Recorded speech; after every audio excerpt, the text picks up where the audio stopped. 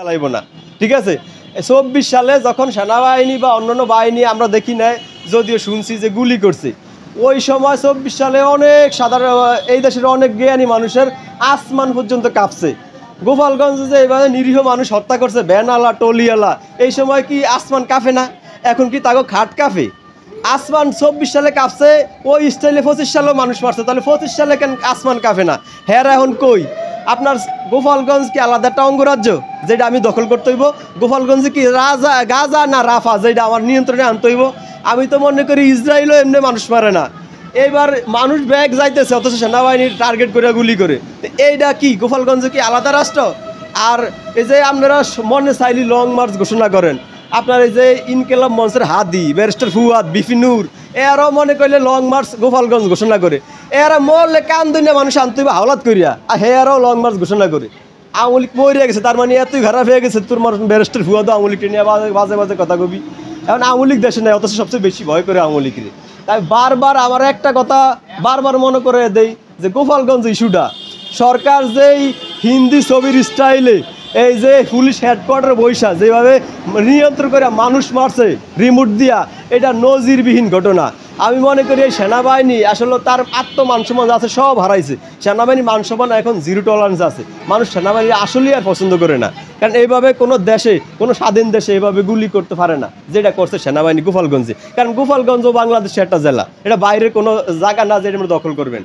এখন আপনাদের 24 সালে আসমান কাঁপে, 25 সালে আসমান কাঁপে না, এটা কেমন আসমান? আর এটা আমার কেমন সুশীল সমাজের লোক আপনারা, কেমন আপনারা জ্ঞানী? এটা আপনারা সর্বকালের সেরা মূর্খ লোক। আপনারা যে ব্যারিস্টার ফুয়াদ মনে চাই একবার কইছে ক্যান্টনমেন্ট উড়িয়ে দিব, এনসিপির নেতারা বহুত সময় সেনাবাহিনী নিয়ে বলতে বলছে, অথচ সেনাবাহিনী টাঙ্কি ছাড়া কোনো ভরসা আসিল না। এখন মার্কা সাপলা না দিয়ে অনকা ওই সেনাবাহিনী টাঙ্কি দেওয়া উচিত, যেটাতে আশ্রয় করে হেরাই দেশে হয়েছে। আপনার মাঝে মাঝে ব্যারিস্টার ফুয়াদে কয় কি সেনাবাহিনীর ক্যান্টনমেন্ট উড়িয়ে দিব।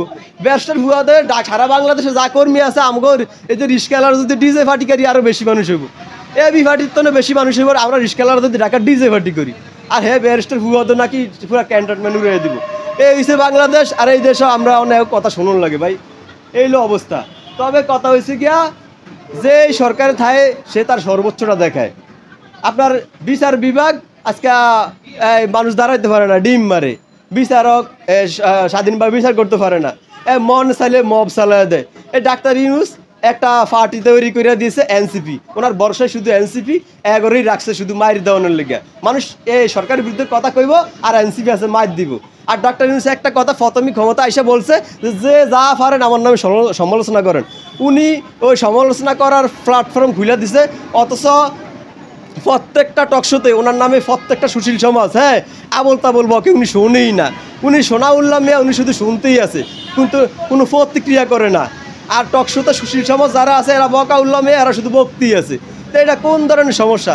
ডক্টর ইউনূসের যে বয়স, এই বয়সে আসলেই মানুষের ড্যামেজ হয়ে যায়, আসলেই মানুষের মস্তিষ্ক ড্যামেজ হয়ে গেছে। ওই লোকটাকে যতই কয় লোকটা কিছুই বুঝে না। হঠাৎ করে একটা বিপদে ভরে বিএনপি সরকার সব দলের নিয়ে মূল্য জুস খাওয়ায়। বিপদ শেষ, এবার এনসিপির ফিসে রাষ্ট্রীয়ভাবে কত কোটি টাকা খরচ করছে এই সরকার, করছে না? গোপালগঞ্জে করছে, বিভিন্ন যত জায়গায় যায় তত জায়গায় খরচ করে। অথচ ডক্টর ইউনূস ইংল্যান্ডে যায় 3 থেকে 4 কোটি টাকা খরচ করছে একটা হারমোনিয়াম অ্যাওয়ার্ডের লেগা। এই লোকটাই নিজের প্রয়োজনে যথেষ্ট খরচ করে, যখন বাংলাদেশের প্রয়োজন হয়েছে তখন ভিক্ষা চায়, ফেসবুকে ভিক্ষা চায়, অ্যাকাউন্ট খুলে বয়ে রয়েছে। নিজের প্রয়োজনে বাংলাদেশে যে 3 কোটি টাকা ইংল্যান্ডে খরচ করছে, বাংলাদেশের জনগণের কি 3 পয়সারও লাভ হয়েছে? 1 পয়সারও লাভ হয়নি, অথচ 3 কোটি টাকা গিয়ে ইংল্যান্ডে খরচ করছে। আপনি দেন এই যে এই লোকটায়, এই লোকটা বিশ্ব দরবারে আরও বাংলাদেশের মান সম্মান খাইছে। আমি মনে করি বাংলাদেশের মানুষ, আমি আমি আমি নিজে ডক্টর ইউনূসের নামে মামলা করুম, কারণ ইংল্যান্ডে যায় পুরো বাংলাদেশের মান সম্মান খাইছে। একজন রাষ্ট্রপ্রধানের কাছে হাতে আরেকজন রাষ্ট্রপ্রধান দেখাই করে নেয়, গেট খুলে নেয়, একটা অ্যাওয়ার্ড লাল গালিচা দেয় না, একজন সাংবাদিক ছিল না, কত বেহায় একটা ইয়া। আর তার একজন ফেস সচিব আছে ডাস্টবিন শফিক, হ্যাঁ যথেষ্ট সম্মান করছে। কোনটা সম্মান কোনটা অপমান এটাই তো বোঝে না ফেস সচিব। কি ভালোর ফেস সচিব কন্ত ভাই? এই ফেস সচিব ওই লোকটায় বাংলাদেশের টাকা নষ্ট করে করে করে 1000 কোটি লস করে। আর যখন বাংলাদেশে ইস্যু হয়েছে, যখন মাইনস্টোনের দুর্ঘটনা ঘটছে, তখন ভিক্ষার ঝুলিলে বয়ে রয়েছে যে আমার ভিক্ষা দেন। নির্লজ্জ বেহায়া একটা সরকার। সারা বিশ্বের মধ্যে 7ম কি 6ষ্ঠ নম্বরে ধনীর জায়গায় রয়েছে ডক্টর ইউনূস। তো মাইলস্টোনের ক্ষেত্রে তার কোনো ভূমিকা নেই, বা ইংল্যান্ডে গিয়ে তিনি এত টাকা খরচ করলেন, তো এই বিষয়ে কি আপনার কোনো মতামত আছে যে সারা বিশ্বের মধ্যে ষষ্ঠ কি সপ্তম নম্বর ধনী?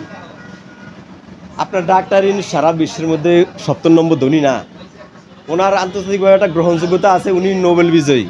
তবে পৃথিবীতে অনেক নোবেল বিজয়ী জেএলও আছে, বুঝছেন, জেএলও আছে। মেইন কথা হচ্ছে ডক্টর ইউনূস হচ্ছে আপনার একটা আমেরিকান একটা প্রোডাক্ট, এটা আমেরিকান পণ্য। কারণ উনি ক্ষমতা থেকে যাওয়ার পরে উনি যাইব কই আমেরিকা, আর ওনার সাথে বিল ক্লিন্টনের যে ফ্যামিলি, হিলারি ক্লিন্টনের ওই ফ্যামিলির খুব ঘনিষ্ঠ সম্পর্ক আছে। উনি আমেরিকার যে এজেন্ডা ওইটা বাস্তবায়ন করার জন্য এখানে আসছে। আমরা আগের সরকারের যতই ফ্যাসিস্ট বা স্বৈরাচার বলি, আমাদের ওই ফ্যাসিস্ট সরকার কিন্তু করিডোর দেয় নাই, বন্দর দেয় নাই, হ্যাঁ এগুলো দেয় নাই, কিন্তু এই সরকার তো গোপনে সব কিছুই দেয়। হ্যাঁ, আমরা তো ফ্যাসিস্ট বলি, আজকে ফ্যাসিস্ট দেখেন একটা বার্ন ইউনিট তৈরি করছে, যে বার্ন ইউনিটের কারণে হাজারো মানুষের জীবন বাঁচে। কিন্তু আপনি ফ্যাসিস্ট না, আপনি ভালো মানুষ, আপনি করিডোর দেন কা? এটা ছোট্ট একটা দেশ, সেই দেশে মানুষ গায়ে গায়ে বাজে, তারপরে আপনি করিডোর দেন, আপনি বন্দর দেন, তারপর আপনি সবই দিয়া দেন রে ভাই। এটা তো উচিত না। আর আমরা ফ্যাসিস্ট কই কারে? ফ্যাসিস্টই তো ভালো আছিল, যে ফ্যাসিস্টের আমলে দেশ ভালো চলছে, যে ফ্যাসিস্ট ফ্লাইওভার মেট্রো রেল বানাইছে, যে ফ্যাসিস্ট পদ্মা ব্রিজ বানাইছে, যে ফ্যাসিস্ট রামপুর পারমাণবিক বিদ্যুৎ বানাইছে, কর্ণফুলী টানেল বানাইছে, এই যে এলিভেটেড এক্সপ্রেসওয়ে বানাইছে, ওই ফ্যাসিস্টই তো ভালো। আপনি ভালো, খুব ভালো। আপনি কি করছেন? 1 বছর সময় পাইছে ডক্টর ইউনূস, 1 বছর কি করছে? একটা বড় প্রজেক্ট দেখান তো যে এটা করছে। আর যা কিছু দেখাইছে মানুষের স্বপ্ন, সব একটা কাল্পনিক স্বপ্ন দেখাইছে ক্ষমতার দীর্ঘকরণের জন্য, এই ছাড়া কিছু না। ডক্টর ইউনূস দ্বারা বাংলাদেশের ভালো 1% সম্ভব না, এবং ওটা দেখাই যায় না। উনি শুধু করছে কি দেখেন, 5ই আগস্টের পরে কে কি পাইলো? সাধারণ জনগণ সার্জিস বাড়ি যাওয়াই না, ভাড়া নাই, হ্যাঁ অন 15-20টা বা 1-150 গাড়ি লিয়ে হ্যাঁ বাড়ি যেতে পারে। আর হান্নান মাসুদ আমার এলাকার ও অন বিল্ডিং করা শুরু করছে, কিন্তু সাধারণ জনগণ আমি আমনে কে কি পাইছি? কিছুই পাই না। তা আমরা কি পাইছি? কিছুই তো না। তাই সরকার তো শুধু এনসিপির সরকার, অগরে প্রতিষ্ঠিত করার জন্যই এই সরকার আছে। ওরা প্রতিষ্ঠিত হয়ে যাইব, এই সরকার কবে সংস্কার শেষ। সংস্কার বলতেই এনসিপি নেতাকে প্রতিষ্ঠিত, এই ছাড়া আর কিছুই না।